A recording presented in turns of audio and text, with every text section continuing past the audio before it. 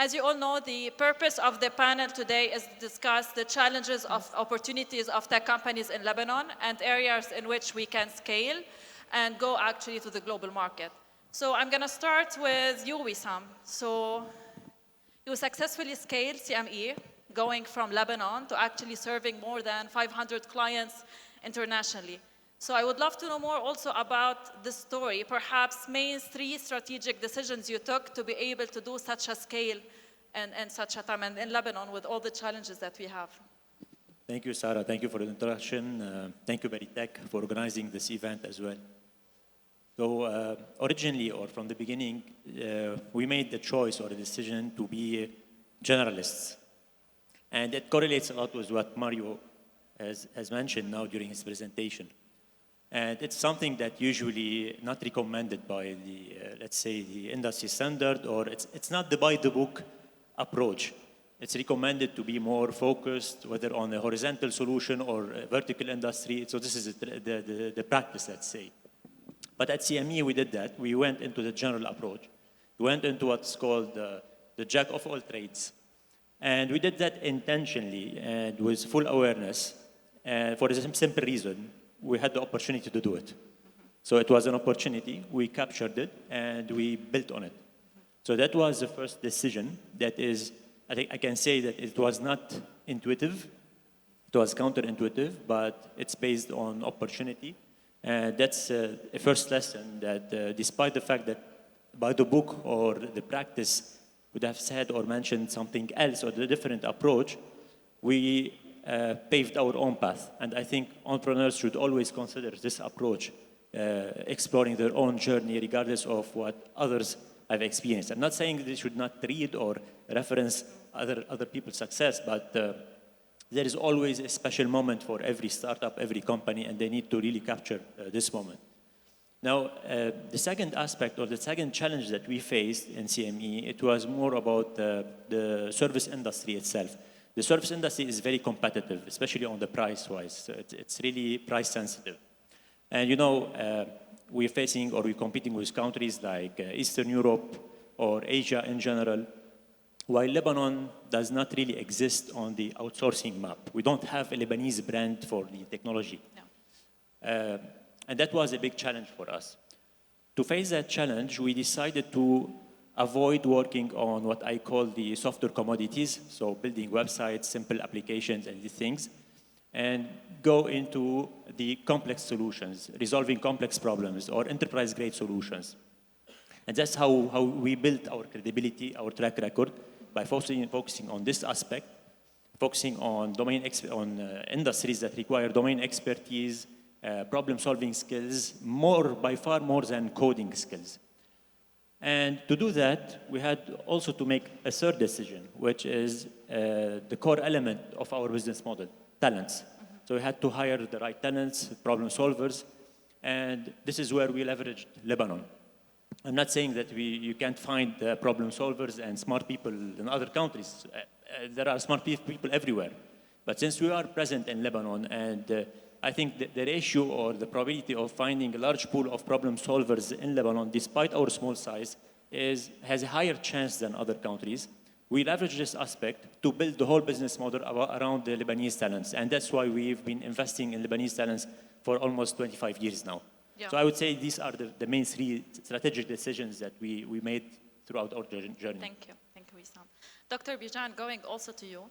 So I'm going to say you worked with dozens or hundreds, I don't know, you correct me, of startups, SMEs, and tech companies. So in your opinion, what's the main challenges why not most of the companies that wish to go internationally, they cannot do it? So if we can name 2 or 3 perhaps main challenges on why they cannot do this move. Thank you, Sarah. Thank you, Beirut. Very honored to be on. Sorry. Thank you, Beirut. Thank you, Sarah. And I'm honored to be with fellow scale-up companies, amazing, and also other colleagues. So let me, I guess because I come from academia, I like to kind of break down the problem and focus it a little bit. We know very well that 92% of the companies are small businesses, and more or less about 4% of the companies break the barrier of around $1.1 to $2 million revenue. That means that's a challenge. What's the challenge? So basically what we have done, we've kind of done some homework and try to unblock the things that more or less blocks these companies. I want to single out actually back to basics. What do I mean by that? What is a marketing approach of these companies? Are they doing it right? And if they're not doing it right, what? I think marketing spend, despite the fact that we're in Lebanon and everybody's good in marketing spend is actually quite not efficient for these companies. So what, for instance, are they able to take the Meta's ad stack? Meta has an amazing, I'm talking about Facebook, amazing ad stack. A company that is now $1 million, $2 million revenue can function like L'Oreal or, Unilever. Unfortunately, the talent does not exist, and also the know-how, but also the process with these companies to do efficient marketing. You have been lucky, you have had the right people, and done the right thing. I think we need to kind of expand this to the rest of the companies, and we focus on specifying these issues or getting a handle on them, and then more or less recruiting these companies to our programs and trying to shore up those skills. And ideally, what we ask them to do, which I will focus perhaps later on, is that we ask them to commit to a growth plan. Growth plan, you want to grow the company, double the revenue, let's say in 3 to 5 years. This requires discipline. So these are the kinds of things that both are challenges and the solutions we're trying to more or less impart to these companies. Yeah. Thank you. Thank you, Dr. Bijan. Before going to Laura, I just want to have, if you can applaud the two amazing women in tech, Laura and Larissa, and the tech ecosystem in Lebanon. I'm happy to see finally we have a 50-50 panel when we talk about tech in Lebanon, so thank you both for being here. Laura, I'm going to start with you. So you decided to come to Lebanon and bootstrap companies here to support tech talents and tech companies here. So first, why? We're happy that you're here. But why you decided to come to Lebanon, and how you feel your relationship and being in the middle between European market and Lebanon has helped grow your company? So I first came to Lebanon in 2018 on holiday, and I've been living here ever since. Most people switched. They went to England, and I came here. I started working at an NGO teaching programming. Well, I didn't know anything. I didn't know anything about tech. I went to art college. I didn't speak Arabic. I didn't know anybody. And I came and I saw the talent here in terms of developers. I saw that people around the world thought of Lebanon and war and all this stuff. And I went to England and I was like, Shuhaida, you guys are crazy. There's so much tech talent here. You guys are paying thousands of dollars for people that don't work as hard as the Lebanese and aren't as talented. Let me introduce you to some guys I know. So I launched CONCAT. The first part is a web development agency. We employ really focusing on refugee and female developers in Lebanon. We basically make websites and do all that kind of stuff for companies around the world. We make about $750,000 a year in revenue, bootstrapped, solo founder, got full-time team in Lebanon. And honestly, if I can do that, anybody can do it better. Then we started a recruitment company because a lot of companies from Dubai and KSA were reaching out to us for developers. So we've placed about 300 developers in full-time roles, mainly in KSA and Dubai. And now we have an AI platform that basically matches developers. It's like a recruitment platform, essentially. It is going to change the world. You heard it here first. It's going to be like the go-to developer platform for developers from the MENA. We've already got oversubscribed of clients. So what we want to do is take the talent from here, connect with local NGOs, universities that are training the talent. The talent come onto our platform. They get tested for their English, their communication, and their technical skills. And then companies come, submit their job description, and they automatically match you with 3 or 4 developers. Like Upwork, kind of, but more tailored, and you actually get the results that you want. All of this has been through building a network. So many people in this room have helped me, having me crying on the phone, trying to register the damn company in this country, raising funds, getting clients. And all of that has been really through LinkedIn, me shamelessly sending messages being like, Sabaho, I'm some random English girl, will you come meet me for a coffee? and really, really investing in that. Like, I made it a priority for people to know about CONCAT in the region, and I invested time in that. I have a spreadsheet with 200 people that I speak to every 6 months that are impactful, from investors, from clients, from developers, people that I know might not help me now, but that I love and I've built a relationship with. And this is the most powerful thing that I've done. Thank you, Laura. Larissa, with you, I want to focus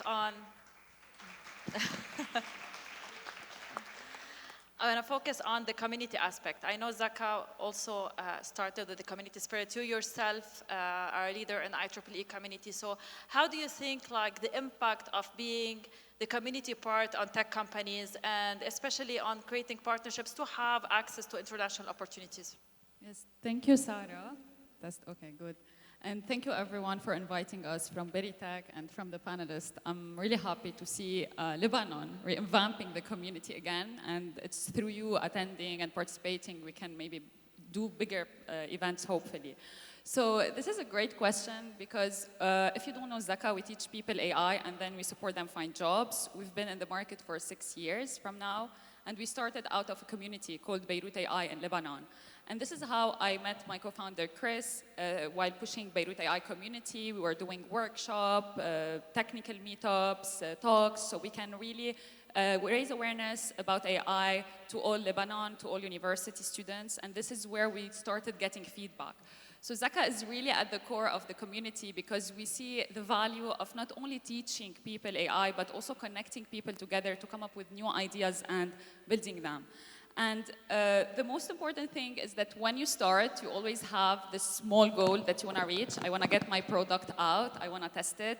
But you forget that by building a community around you that really can give you feedback, this will help you really improve. And even if it's a small community, small as Lebanon, it's considered a small community because the global market is really big. This will help you really test your product and ideally expand it. And I still remember the first year we started, we were testing everything, and we decided to apply for Microsoft Global Training Partner. It was so hard for us to really position ourselves as leader in AI education. You have plenty of universities, big names, big university names or entities who teach people AI or other fields. So we needed this trust. And once we applied for Global Training Partners, a small startup as ZAKA, when we started, we got accepted. And we started the second year delivering training to Microsoft. And this started giving us exposure. And thanks to all the community who trusted us in Lebanon, where we tried to really, if you want, improve the curriculums, improve the product that we have, this helped us really expand and maybe put our programs at ZAKA more and more on a global scale. Now we collaborate with Al Ghurair Foundation in the UAE, and directly with Sadaya in Saudi Arabia, and multiple other big entities in the region, in the Middle East region, in the goal of maybe connecting the local market, which is the Middle East, with opportunities outside. So, yes, I hope this answers community and everything. Thank you, Larissa. So I'm going back to you, Mario. And going back to, here, the mic. It was very impressive to see the growth of Maliatec in the last couple of decades. And definitely it wasn't an easy path, especially that you have the product, services, you're working with a lot of countries. And that means we all know that the clients generally could be pushy to deliver everything on time. So how you are able to balance between sustaining the quality that I'm sure you always do, and also making sure that you're delivering everything on time. It's not easy. That's why I wanted to talk about this topic specifically. Since I decided to be very transparent today and hands-on, as we say. Is it working? So I will split the first maybe decade, the approach, how it was, from the second decade. So I have some colleagues from the team from the software department attending, and they know what I will be talking about. Yes, it's true. Being agile, delivering fast, maybe Wissam can agree with the clients. They want the solution yesterday, not today, after they sign. This creates a huge challenge. In the past, we used to run, screaming, deliver to the client, send it to him, let's try implement it, let's show him that we delivered. So without going through the proper testing. But nowadays, when we have a department, quality assurance, quality control, this comes definitely when you are a small startup company. Even if you are part of a bigger group, we were a startup. Yeah. We wanted to prove ourselves in front of the board, the chairman, as a company that we can sustain. So nowadays we have a department, quality assurance, quality control, QA/QC.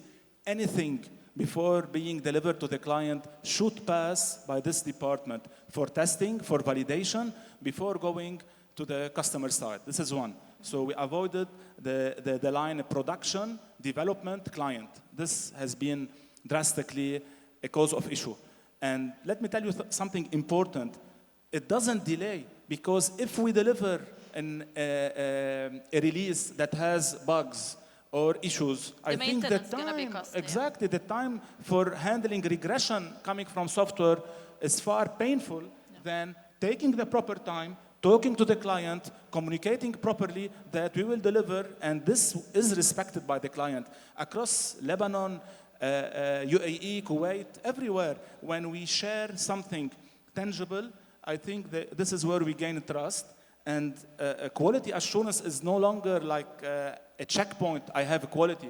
It's a differentiator. Yeah. Maliatec was built initially based on one concept. We want a quality provider, not someone that just want to throw an application and disappear after that. So maintaining the quality is our differentiator compared to other vendors.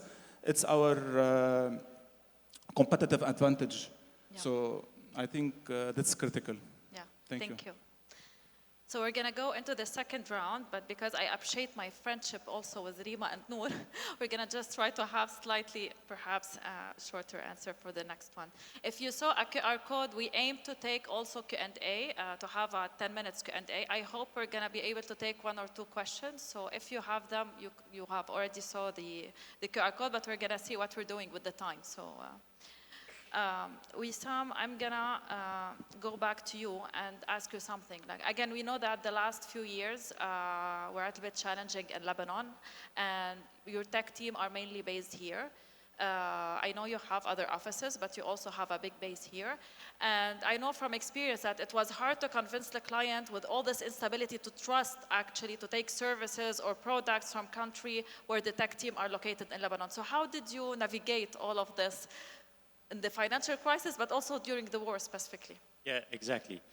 You know, there is the logistic part, but I think the audience is not really interested to hear that. So I'm talking about the redundant internet connection, redundant power source availability, and these things. And the safety of the team, of course. But there is also another aspect of the scenario. And the first aspect, or there are 2 aspects. The first one is related to the customers, and it's about trust. So how do you build trust? If I have to think about it as from a mathematical or modelization approach, I have a professor next to me, so correct me if I'm wrong. The trust function is a function of time. The more you know people, the better you trust them, or the level of trust increases with time. And that's because you experience them, you deal with them, and these things. Now, fortunately or unfortunately, we had so many issues in Lebanon for the past 25 years, in a way that the customers that they have been dealing with us for a very long time, they know us very well. They know that they can trust us even during the tough times. And we are a reliable team. So we built a very trusty model with our customer in a way that they know that we can manage through tough times. They have full trust in our capability to achieve these things. And today, the customer retention in CME, it helped us in building this model, building this trust model. On average, the customer retention in CME is around 5 years. And we have 9 out of 10 customers, they come to us as referrals from existing customers. So the whole model is built on trust and referrals. And it helped a lot to mitigate the Lebanese risk, let's say. And the second aspect is related to the team, and or let's say our culture. I never had to ask the team to be more responsive or to be more available during tough times, during war times, during all the events that we went through. We don't have policies for these things. It's not rules. It's because of our culture. And I like to think of culture similar to raising a family. So kids do not learn values just by books or by rules. They actually break every rule. Many of you, you have kids and you know this. So they learn values from watching their parents, how they deal with each other, how they deal with others, the relationship with the economy, with society, with their country. And that's how we built our culture in CME. Our team was the leadership, and by leadership, I don't mean the founders only, but I mean the team leads, the project managers, how they deal with each other, with the customer, and with their team members. And that's the key part of CME. We have a very unique culture that helped us navigate all these tough moments. Yeah, thank you, Wissam. Dr. Bijan, going back to you. So and building up on the first question, so you've been doing a lot of structured programs with startups and SME. How vital do you think, how important such programs are compared to if they want to have their organic growth on the side? So how do you assess it? You talked about marketing, also the capacity building. So how do you assess the importance of such programs? Sarah, that's a very good question. So basically, we think that 4% of companies making it above $2 million is too low, and our goal is that that's not something that, conducive to Lebanon's growth. So, if we can push that to 5, 6, 7, 8, 9, that means that these companies would. So I would say Maliatec and CME are exceptions. We need to learn from them and replicate the result. So actually, I would say it would be essential for us to do what we do. And on the back side of that, we also bring a little bit more structure. Let's say we learn from what they've done, but we do a structure. For instance, having a growth plan, committing to, let's say, 3 to 5 initiatives that will be implemented in the next 5 years. Minimum 3 of those have to be export-oriented, 2 of them can be back office, and then you more or less start committing resources to these and then also sequentially implementing them. As simple as those ideas are, they are important for these companies to stabilize themselves, build the base, and start the scaling process. And the scaling, by the way, gets more difficult. If you reach 10 million, the next 10 million or 20 million is even more difficult. No. So that means that this has to be systematized, and you build a robust, let's say, platform, and you go forward. So I am a firm believer what we are doing is essential for growth to expand the pool of scaled companies. So, and I think the proof is in the pudding that the companies like Idris we are working with, even Artisan du Liban, basically they have been, let's say, stable, but they're now kind of revisiting what they're doing and basically focusing. Just one of them is an old company, one of them is a new company. So I am a firm believer that, you really need to expand the pool, and this, what we are doing, is conducive to that. Yeah, thank you, Dr. Bijan. Laura, going back to you, and a very transparent question. So I want you to tell us, what do you feel the perception of the international organization, now that we've worked with them for a long time, about the tech talent in Lebanon or even the tech companies, and what is your advice on how we can strengthen the brand of the tech ecosystem in Lebanon? I think we've mentioned that this is not in our advantage, at least until now. So what is your advice on how we can make that better moving forward? Yeah, so when I came in 2018, it was a very different landscape, right? Like, not a lot of people knew about the tech talent. A lot of people were still hiring in Europe. And slowly, definitely post-COVID, that narrative changed. I think that there's a lot of super incredibly, amazingly talented Lebanese around the world that are running large companies. And actually, they want to hire people from Lebanon, right? They want to hire their own talent. A lot of companies also want now Arab-speaking developers. We just had a call from this big guy in Saudi who now wants to hire these. How he knew about us, well, I don't know. But he called me and he's like, you have Arab-speaking developers? And I was like, yeah. And he's like, yalla, let's build a partnership. So I think what's happened so far is there hasn't been like one place to go to hire tech talent from Lebanon. So what we want to do, all my team are Lebanese, just me here, but they're all working behind the scenes, and they are prime examples of, they all knew each other. They didn't know each other, sorry. One's from Nabatieh, one's from Akkar, Kobayat, and they didn't have like a sense of community around them. So what's been happening over the last two years is that community is building. Now what we want to do is essentially commercialize the talent, right? There's no point in training hundreds of thousands of you guys if you can't get jobs at the end. So what CONCAT is really focusing on is being this bridge to employers, really working on that international sales team. We've got a team now starting in Saudi, in Dubai, in Europe, and we really want to focus on that because the reputation is for sure growing, but sadly, negative media headlines in the last year have really not helped. So now is the time that we need to push more than ever. We have to also use the position in the region. For example, now with Syria opening up, like it needs to be about the region, right? We can focus on the narrative of Lebanon for sure, but if we're doing it focusing on the region as a whole, there's so much more momentum. And this is the kind of narrative that we're trying to help do PR about and things like that, particularly in Europe. Thank you. Larissa, so you've been focused in ZAKA on AI, and you pioneered AI since the beginning, but we know that AI and innovation is moving very fast. So how are you able, even at ZAKA, to cope with all of those like innovation and updates on the AI spectrum on a regular basis? And I think it's a question because mainly a lot of startups or SMEs ask, when do we call for experts to come and help us on specific projects? So also sharing your experience on that might be nice. Yes, just so to clarify a lot of stuff, at ZAKA we see AI learning or educating people on AI in two, if you want, areas.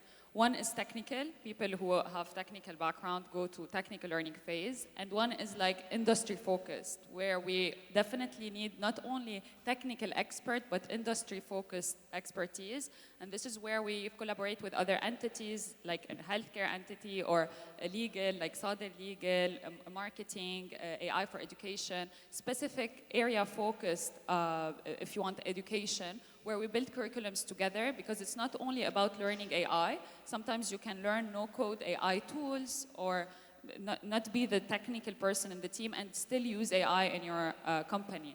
This is one area where we always look for experts to fill the gap that we have in the industry focus that we have.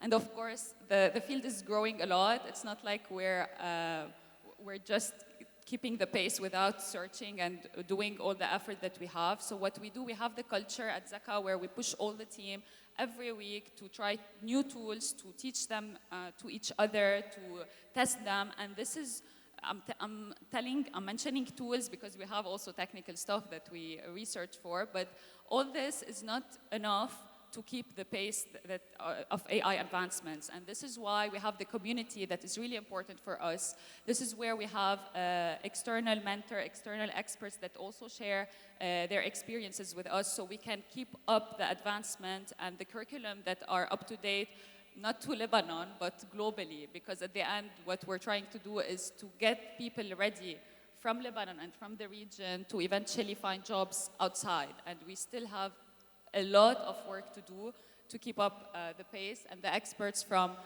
Lebanon that are learning outside are the best to really always keep us updated with what's happening. So, Thank you, yeah. Thank you, Larissa.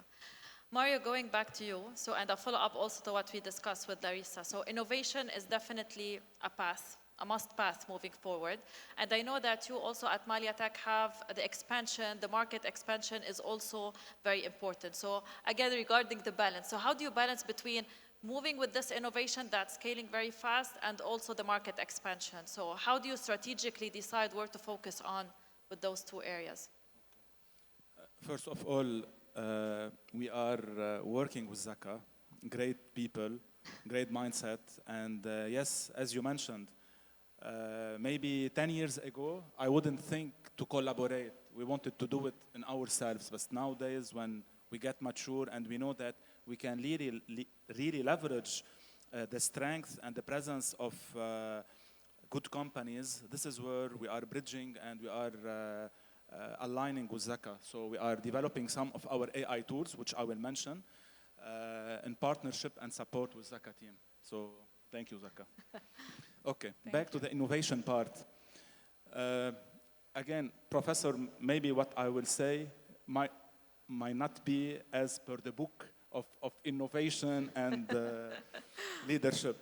So for me, innovation, it's not something that today, good morning, we want to innovate. Let's sit and innovate. I don't find it like this. I think I was the last man and the team standing, pitching for Windows mobile solutions and fighting against Android in Lebanon, saying, no, Android will not last. This is a free of charge, crack piece of operating system, you know? We were pitching. If Satya Nadella heard me, maybe he should have hired me. How I was eager to fight, not to go against Microsoft and to stick to it facing Android. So what I'm trying to pass, technology is an enabler. It's not an objective by itself. I want to implement AI, and we hear it a lot. Today I was in a meeting. Yesterday in Kuwait, one big client, they said, they told me, what solutions with AI enabled you have? They are not telling us the problem. They want just a solution with AI. Yeah. So maybe we can sort it with machine learning. Maybe sometimes a simple visualization or dashboards can sort the pain of the client. You know what I mean? So from this perspective, I believe and strongly believe in incremental innovation. So if we have a running solution, we can innovate by adding features that fulfills, feature that responds to certain client requirements or pain points. It's not just the idea, I want to implement AI. So the same approach has been adopted throughout the years when we started with the cloud computing. So everyone wants cloud. Guess what? No. More than half of Lebanon's clients, SMEs and multinationals, they don't want cloud. They want on-prem application. If we took the cloud wave and went developing our solution on the cloud, we have lost. Yeah. Till now, we are implementing, 80% of the solution on-prem. So this is one. However, we have developed some of the applications on the cloud. This is one area. Same for AI. For AI, we have embedded AI with proven ROI. This is very important. It's not, for instance, in the Salesforce automation, we embedded the smart selling for a salesman to quickly prepare the order of the clients. So smart dispatching, smart routing, those areas where we have invested with the support of ZAKA, where we are launching those AI features. Same for RFID. You have heard of radio frequency identification. The barcode is dead, everything is RFID. No, this has happened since 15 years ago, and still the barcode is there, RFID is there. It's about the use case. When I need to implement RFID, it should be proven. So being client-driven also, relying on being client-driven. So knowing what your client needs and ROI-driven. This is the most important part. Why I need to invest in a technology that costs 10 times more where an existing one can deliver. Yeah. So that's the point. And just to go back 1 second, regarding the quality and the innovation and the speed and agility, when we adapt, I think Wissam can agree with me, when we adapted the agile methodology in development, this allowed us to stay edgy with the client, showing step by step and not waiting to develop a whole solution, then going through the testing. So step by step, piece by piece, adopting this methodology allowed us to be more responsive, showing the client that there's progress happening and delivering. And the same way we adopt technology. Okay. Adopt technological, I would say, add-ons. So just to recap, voice-enabled solution. Now in the warehouse, you have the pen and paper system, you have handheld mobile computers, and you have voice-enabled solutions. Yes, we ventured into this, and for big organizations like Transmed, they go hands-free, eyes-free. They go in the warehouse and do the picking, receiving inventory, fully just relying on the voice. This is some edgy applications. Yeah. We developed augmented reality and virtual reality applications. Mm-hmm. So those the scopes of the solution that allowed us to expand outside Lebanon, and with the technology and with innovation, this will allow, this is critical, to sustain. Because if we don't have this edge, why clients in a new market wants to work with Maliatec? if we don't provide this edge with innovation, through innovation. Yeah. So, Clear. thank you. Thank you, Mario. So since we've been putting this QR code for a long time here, I want to ask Noor if there's at least one or two questions, just a couple of questions, but just to make sure that the answers are brief. So. Considering the high level of competition in today's market, how can tech startups keep up with the current pace and establish a strong market position? How they can be different while they are offering all the similar service? So perhaps Larissa, since it's startup focus. Yes, sure. You or Laura, if you want to add anything. Sure. So I can take it very briefly. You remember when Karim and Uber were in Lebanon, and I see it when you have competition, you have a market, and it's better. So I don't see the competition as something harder. It's easier because you already have an established market that you're taking from the other, if you want, company. And all you need is to position yourself and the marketing strategy that you want in a better way. And I feel once you trust the idea that you want and the advantage over the other person, you would be able to communicate it really well. And this is maybe the key point, to trust and start marketing, putting yourself out there, and eventually you will be able to take the market to another Thank place. you, Larissa. Yeah, Laura, would you like to add something? For us, we have such a strong community around CONCAT. If we do something new and it's bad, everyone just tells us. So when I first launched the recruitment part, it kind of failed.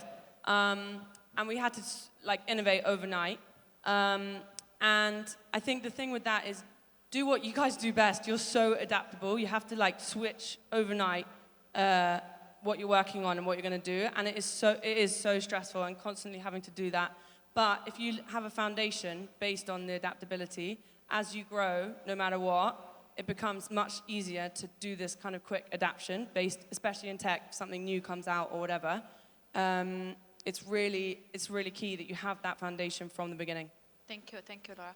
Perhaps another question related more to SMEs or established tech companies. Okay, perhaps, it's for the three of you, Dr. Bijan, Wissam, and Mario, one aha moment that you had in your company. I think a positive turning point. Potentially, Dr. Bijan, you can share one of the examples of the SMEs you also worked with, like someone who had a turning point that had a huge positive shift. So it could be the three of you, but just a little bit, to make it quickly. Sorry. I really think I'm going to say back to basic. And by the way, you and I agree on everything. So anyway, Mario said.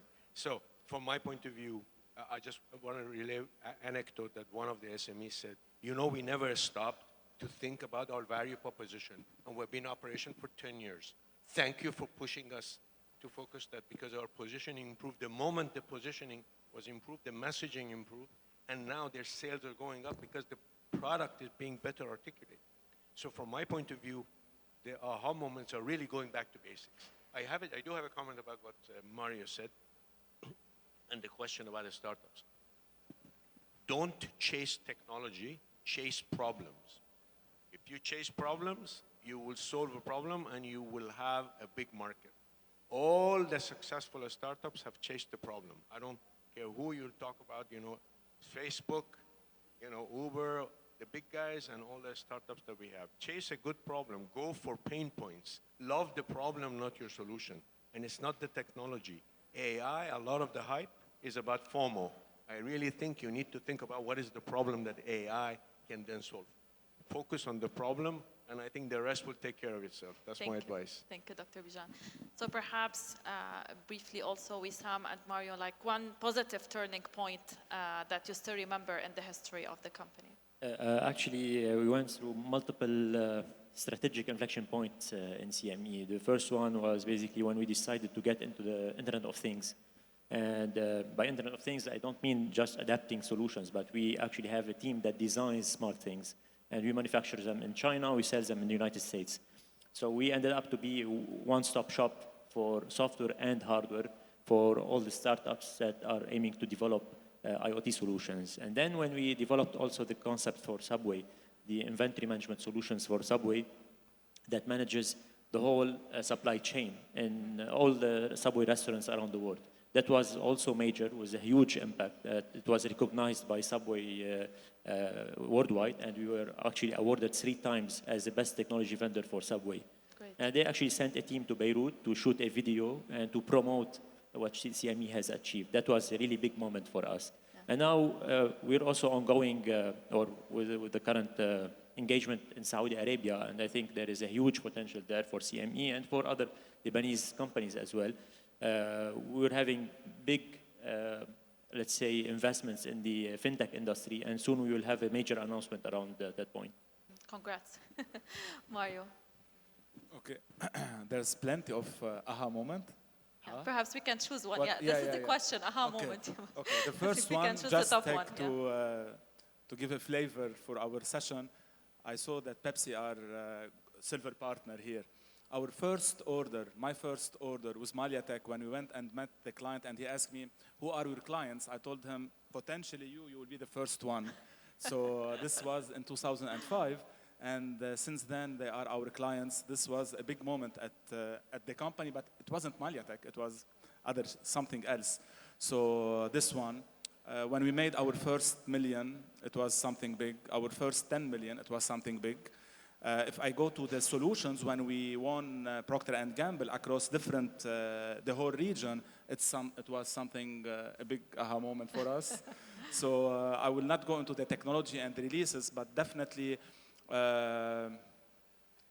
having, as Wissam mentioned, the IoT successful and reaching a milestone of 20,000 assets. Peter organized a show. So we were happy to reach such level. So those are the ones that top of mind. Thank you, Mario. So thank you again for all of you, esteemed panelists, for being here today. I hope also the audience enjoyed the conversation. I want to thank Beritech again. And if I can just finish with one note, because we discussed challenges, opportunities, we discussed the brand Lebanon, and I know that most of the people I met here at the event and the panelists have been doing tremendous work to try to support the tech ecosystem, but at least my own personal opinion after all this time that the private sector is very strong, but we cannot have the impact that we want without a national strategy to work on the brand of Lebanon, to have SMEs supporting startups, final year project at university. It's a whole chain, and it's a burden to just also put it on the private sector. So I think all the discussions that were initiated here at PowerX were very enlightening, very important. Also, all the entities and stakeholders attended here the event, and I hope it's going to be the first milestone to a really more solid strategy involving everyone moving forward. So thank you again.